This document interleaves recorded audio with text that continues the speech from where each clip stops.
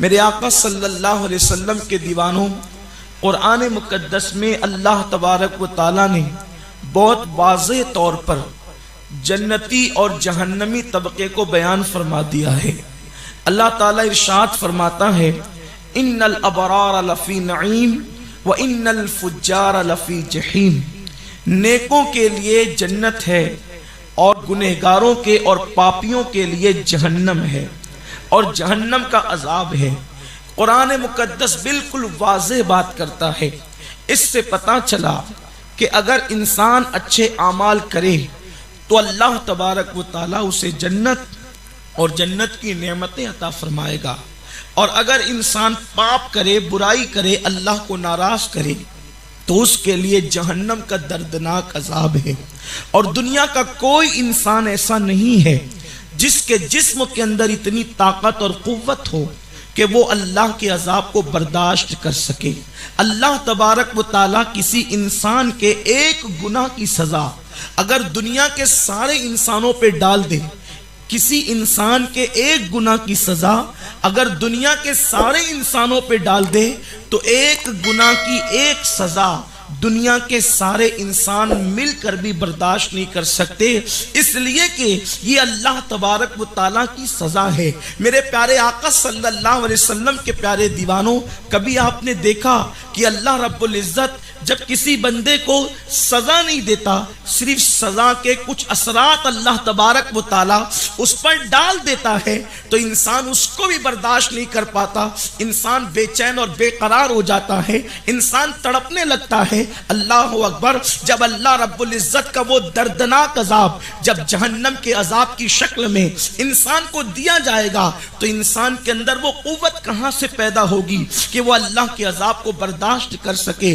آپ جانتے ہیں اللہ کے حبیب غیب داں نبی صلی اللہ علیہ وآلہ وسلم ارشاد فرماتے ہیں کہ اللہ تبارک و تعالیٰ نے جہنم کے اندر جہنمیوں کے لیے جس عذاب کو تیار کر رکھا ہے، کسی کان میں اتنی طاقت نہیں ہے کہ اللہ رب العزت کے اس عذاب کو وہ سن کر برداشت کر سکے، کسی زبان میں اتنی طاقت نہیں ہے کہ اس مکمل عذاب کو بیان کیا جا سکے۔ اللہ اکبر! فرمایا گیا جہنم کے اندر جو عذاب دیا جائے گا، اگر دنیا کے جانوروں کو پتا چل جاتا کہ جہنم کے اندر عذاب کیا ہے تو تم اللہ اکبر کسی جانور کے جسم کا گوشت نہیں کھا سکتے تھے، اس لیے کہ جانوروں کے جسم پر خوف الہی اور خشیت ربانی کی وجہ سے تمہیں گوشت ہی نظر نہیں آتا، ان کی ہڈی سے ان کا چمڑا مل جاتا۔ آپ جانتے ہیں جن لوگوں کو جہنم کے بارے میں معلومات ہوئی ان لوگوں نے پوری رات اللہ کے خوف سے رونے میں گزار دی، رب کی خشیت میں گزار دی۔ آپ جانتے ہیں ام المومنین اما جان عائشہ صدیقہ رضی اللہ تعالیٰ عنہ پورا دن اور پوری رات اللہ کی خشیت سے یہ کہہ کر کے روتی تھی کہ اللہ میں کس زبان سے تیرا شکر ادا کروں کہ تو نے ہمیں جہنم کی آگ سے بچا لیا ہے۔ حضرت قاسم جو سیدہ عائشہ صدیقہ رضی اللہ تعالیٰ عنہ کے بھتیجے ہیں، وہ فرماتے ہیں کہ کبھی کبھی وہ اللہ کے عذاب پر ایک آیت پڑھتی اور اسی آیت کو پڑھتے پڑھتے پوری رات گزار دیتی۔ حالانکہ عائشہ صدیقہ کس عورت کا نام ہے؟ وہ اس مبارک خاتون کا نام ہے جس کی شان میں اللہ نے قرآن میں سورہ نور نازل فرمائی ہے، جس کے بستر پہ قرآن نازل ہوتا ہے۔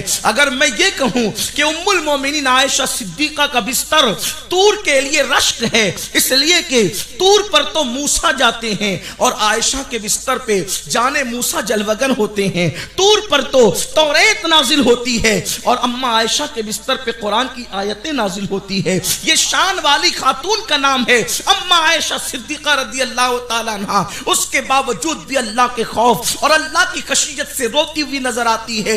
ام المومنین نے ایک مرتبہ رسول پاک صلی اللہ علیہ وآلہ وسلم سے پوچھا، یا رسول اللہ ہم دنیا کا کامیاب انسان کس کو کہہ سکتے ہیں؟ تو اللہ کے رسول صلی اللہ علیہ وسلم فرماتے ہیں، عائشہ جس کو اللہ نے جہنم کی آگ سے بچا کر جس کو جنت میں داخل کر دیا وہ دنیا کا کامیاب انسان ہے۔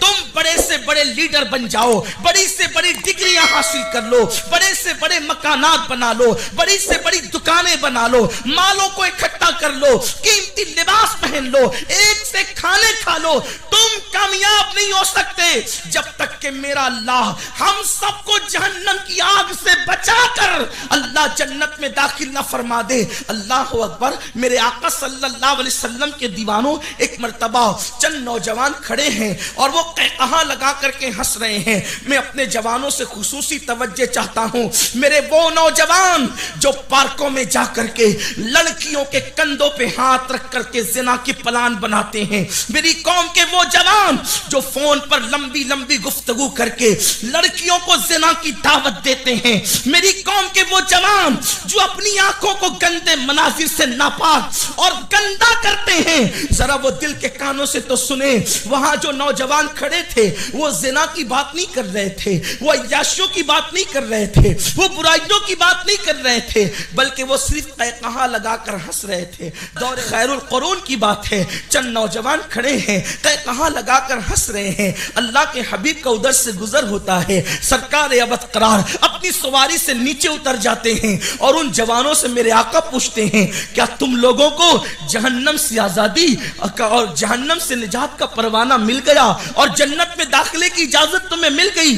کیا تم جہنم سے آزاد کر کے جہنم سے آزاد کر کے جہنم سے آزاد کر کے تم جنت میں داخل کر دیے گئے ہو یا اس کی اجازت تمہیں مل گئی ہے؟ ان جوانوں نے کہا، ہمارے ماں باپ آپ پہ قربان یا رسول اللہ، نہیں، ہمیں تو جہنم سے آزادی کا اور جنت میں داخلے کا پروانہ ابھی تک کے نہیں ملا۔ آقا فرماتے ہیں، ان لوگوں پر مجھے افسوس ہے کہ جن کو ابھی جہنم سے آزادی کا پروانہ اور جنت میں داخلے کی اجازت نہیں ملی اور وہ قہقہا لگا کر کے ہنس رہے ہیں۔ اللہ اکبر۔ پھر اس کے بعد ان جوانوں کو کسی نے مدینہ منورہ میں قہقہا لگا کر کے ہنستے نہیں دیکھا۔ میں آپ سے پوچھنا چاہتا ہوں، نوجوان صرف قہقہا لگا کر کے ہنس رہے ہیں تو اللہ کے رسول ان سے پوچھتے ہیں، کیا تمہیں جنت میں داخلے کی اجازت مل گئی؟ کیا تمہیں جہنم سے نجات کا پروانہ مل گیا؟ قہقہا لگانے والوں کو اس طریقے سے تعذیبی کارروائی کی جا رہی ہے، اس طریقے سے روکا جا رہا ہے۔ اللہ اکبر۔ تو میرے آقا جن لوگوں کو کرکٹ کے میدان میں نمازیں ترک کرتے دیکھتے ہوں گے، جن کے ہاتھوں میں شراب کے پیالے دیکھتے ہوں گے، جن کو پارکوں میں عیاشیاں کرتے دیکھتے ہوں گے، تو اللہ کے رسول صلی اللہ علیہ وآلہ وسلم کے دل پر کیا گزرتی ہوگی؟ میرے آقا صلی اللہ علیہ وسلم کے دیوانوں، میری قوم کے جوانوں، اس دنیا کے اندر ہم پہلی اور آخری مرتبہ آئے ہیں، اس سے پہلے اس دنیا میں نہیں آئے تھے، اس کے بعد جب موت آئے گی تو پھر کبھی نہیں آ سکیں گے۔ مرنے کے بعد اگر کوئی بندہ اللہ سے کہے، مولا مجھے صرف 1 منٹ کی اجازت دے دے تاکہ میں 2 رکعت نماز دنیا میں پڑھ کے آ جاؤں، تو قدرت کی طرف سے جواب ملے گا، بندے جب ہم نے تجھے موقع دیا تھا اس وقت اس موقع کو تو نے گنوا دیا، اب تجھے 1 سجدے کی بھی اجازت نہیں دی جا سکتی۔ جس دنیا میں پہلی اور آخری مرتبہ آئے ہو، اس دنیا میں کیوں آئے ہو؟